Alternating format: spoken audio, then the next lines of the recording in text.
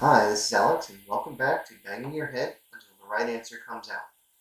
Last session, we did dropping a database in AWS RDS SQL Server and taking the database offline and bringing it back online. Next, we're going to do creating a schema in the GUI and with T-SQL. And we're going to create a table.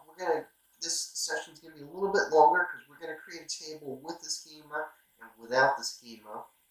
And we're going to create a couple of schemas just for practice. One of the important points here with the schema is that we can hang security off of the schema, and also it makes it a lot easier for us to understand what the table is.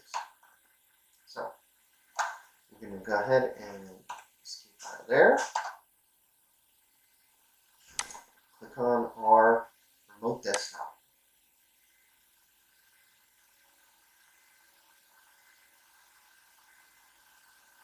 Okay, so I'm already opened up to it, but let's close it back up. And so just as a practice, if we did have a dev queue and a production instance of our databases, we would do our development in our dev environment. And we might even have another instance of our servers, which would be a test instance. So dev, QAS, test, and production. So what we'll do is we'll open up our development database, and we go to security, schemas, and you see there's a bunch of schemas in here already. We're going to right click on our schema and click new schema. This is not incredibly hard to do.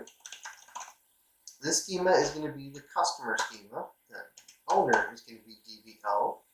We don't have to do anything else. We just go ahead and click on OK. That was so easy. We're just going to go ahead and create another new schema. I'm going to call it vendor. And we're going to say that the DB owner, the schema owner is DBO, which is database owner. And we'll hit OK. And there we go. We've got our schemas. That was pretty easy. We'll right click on here and we'll do script schema as create to new query. And there you go. It's not incredibly hard. So if we wanted to create a new schema, let's say we had employee, right? And we wanted to hang some security on that. We Control E on that, and then we have our schema. We go over to schemas over here, and we hit refresh, and there's my employee schema. That's pretty cool. But what do schemas do? Well, earlier in one of the other videos, I was talking about how a database is a container inside of a database engine, putting like objects with like objects. So our whole point here in creating schemas is that we're going to have several tables of information that are all going to be interrelated to a specific object, and we want to be able to find them easily. So what we'll do is we'll go over here to tables, and we'll go right click and we'll do new, and we'll do table. Alright, we'll just make a very basic table here. The ID, we'll make it an integer, which will take millions of records. So if you have less than millions of customers, that should be just fine. We're going to go down here to our column properties, and we're going to open up identity specification. We're going to double click on is identity. That makes it yes. It's going to say identity increment. So this is how much it's going to increase for every time a new record goes in there. And 1 is just fine. Identity seed. So I find that, sometimes this can be useful. If we make this 500,000, all of our customers, let's say, will start with the number 500,000, 500,001, and just because of recognition, we'll be able to look at a number, and if it starts with a 5 until such point that we have over 100,000 customers, then it'll say 6. In fact, we could just say, go ahead, make it 5 million. Nah, you know what? 500,000 is a nice number. Big companies might we might change that. Alright, so we're going to make this our primary key by right-clicking and clicking Set Primary Key. Someone's at my front door. Okay, our next field here is just going to be name. And it's going to be an nvarchar max. I mean, we should have a limit on how long a customer's name should be, but we'll make it pretty big, 200, all right? And this will not allow to be nulls. And then we're going to have a status field, and we'll just make that a tiny int. We should never, ever, ever have more than 255 different statuses for a customer. That's going kind of crazy. But we will make that not allow nulls. Alright, and that's our table. So we're going to hit save. And we're just going to call this one customer. Alright, so we haven't used our schema this time. We're going to hit OK. And then if we go up here to tables and we click on refresh, we see that we now have a customer table. And it's nice and normalized. It just has really 2 pieces of data. It's relatively small, and that's all good stuff. All right. But what if we want to make things easier for people in the future and for security and all kinds of stuff like that? So let's right-click here and click New Table again. We're going to make it exactly the same thing. Int, right, we'll go down here. Repetition is good for memory. Right, we'll scroll down, we'll scroll up. Identity specification. Apparently, I've gone blind. There we go. We turn that to yes. We make our seed 500,000. We make that our primary key.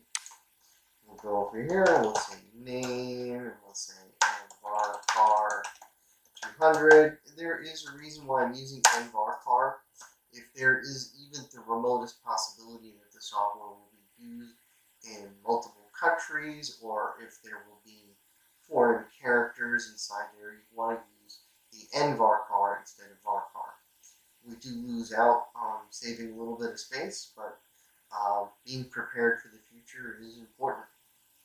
So our next field is going to be status, and we're going to make that a tiny int.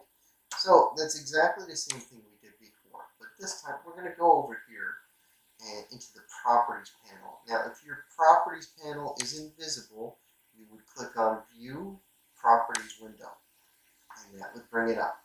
Personally, I kind of like using the auto hide, so there it's gone. It gives me more room to work on T-SQL. So we click open here and we look for schema. And there we go, we have schema. And in our list here are the schemas we created plus what was in here by SQL Server. And we're just going to say customer. And our table name, since it's here, is going to be master. Okay, then we'll hit save.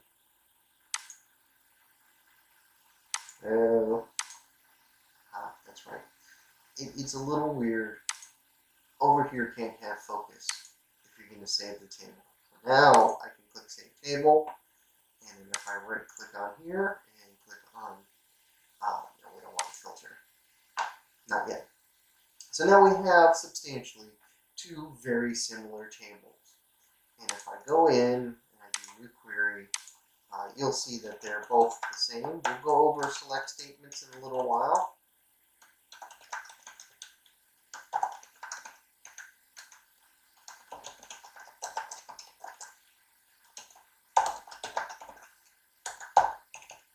So if we run both of those select statements, we get the same output twice. So why did I have us create schemas? Well, if we go over here to tables and we click on filter, now we go to filter settings, we go to schema, and now we can type customer. If I hit OK, you'll see that now I only see the customer master big deal, right? But in my experience, I've worked with two major ERP solutions, and they end up with tens of thousands of tables. So you don't want to sit here. Let's take this filter off and scroll through tens of thousands of tables to finally get to customer. You could do a filter by table name, but at the end of the day, these systems grow and grow and grow, and there'll be more and more objects out there with the word customer in it. But if you know you're working with master data and you're working with customer, filter this down for customer in the schema, like we had it before. And then what'll happen is that there may be half a dozen or a dozen tables that are related to customer master data. There'll be lots of different things. We kind of threw the status field in here, right? Well, you know that status field is going to be married up to another master data table that says, hey, this is status 1, and that means it's an active customer, and this is status 0, which means they're inactive, or vice versa, or any of that kind of stuff. You don't want people to assume things about even a simple field like a status field and what those values mean. Alrighty, I think that's enough for now. And yeah, once again, there's someone at my front door, which is fine. I think my son went to walk the dog. Alright, I think that's good enough for now. And we'll be right back. And the next one, I'll show you how to create a table with a script.